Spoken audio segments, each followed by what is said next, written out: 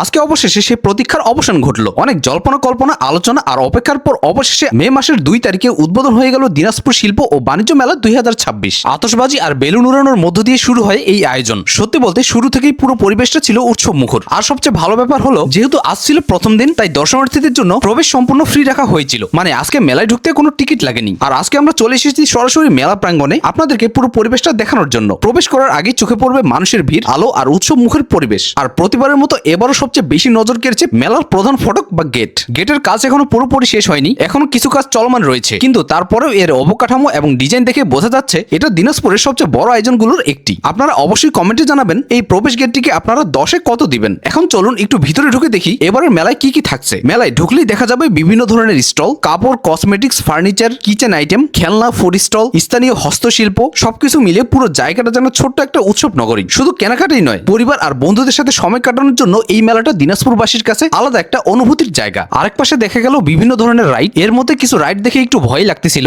যাদের কলিজা হাতির মতো বড়, তারাই মনে হয় এখানে উঠার সাহস করবে। আমি শুনেছিলাম উদ্বোধন বিকাল 3:30টার দিকে, কিন্তু তখন প্রায় 5টা বেজে গেছে, তবুও কোনো খবর পাচ্ছিলাম না। যাই হোক, আমরা অপেক্ষা করতে থাকলাম। কিছুক্ষণ পর হঠাৎ উপরের টাওয়ার থেকে একসাথে বেলুন উড়িয়ে দেওয়া হলো, আর সেই দৃশ্যটা দেখতে অনেক সুন্দর লাগছিল। পুরো পরিবেশটাই তখন অন্যরকম একটা অনুভূতি দিচ্ছিল। এর মাঝেই নয়ন আর আদর কোথা থেকে যেন একটা বিড়াল খুঁজে পেল। তারপর সেটাকে নিয়ে শুরু হলো ফটো সেশন। আর বিড়ালটা আসলে অনেক শান্ত এবং কিউট ছিল। এরপর ধীরে ধীরে সন্ধ্যা নেমে এলো। বিশেষ করে সন্ধ্যার পর পুরো মেলার পরিবেশ আরো জমে ওঠে। আলো, মানুষের ভিড় আর বিভিন্ন স্টলের ডাক, সব মিলিয়ে একদম অন্যরকম একটা অনুভূতি। ঘুরতে ঘুরতে হঠাৎ চোখে পড়লো নবাবী চা নামের একটি স্টল। এখানে সর্বনিম্ন 50 টাকার চা বিক্রি হচ্ছিল। ভাবলাম ট্রাই করেই দেখি। তবে একটা কথা বলতেই হয়, উনার চা বানানোর স্টাইল দেখে মনে হয়েছে 50 টাকার অর্ধেক টাকা শুধু স্টাইলের জন্যই নেওয়া হচ্ছে। চা বানানোর পুরো প্রসেসটা ইউনিক ছিল। উনি চেষ্টা করেছেন পুরো ব্যাপারটাতে একটা নবাবী ভাব আনার জন্য। কতটুকু পেরেছেন সেটা তো আপনারা ভিডিওতেই দেখতে পাচ্ছেন। যাই হোক, আমি এর আগেও এই চা খেয়েছি, স্বাদ সত্যি ভালো। এখানেও ট্রাই করে ভালোই লাগলো। তবে ব্যক্তিগতভাবে আমার কাছে মনে হয়েছে 50 টাকার থেকে 20 বা 30 টাকা হলে আরো রিজনেবল হতো। এখন প্রশ্ন হলো, এই মেলাটি এত জনপ্রিয় কেন? দিনাজপুর শিল্প ও বাণিজ্য মেলার মূল উদ্যোক্তা হলো Dinajpur chamber of commerce and industry. এই মেলার মূল উদ্দেশ্য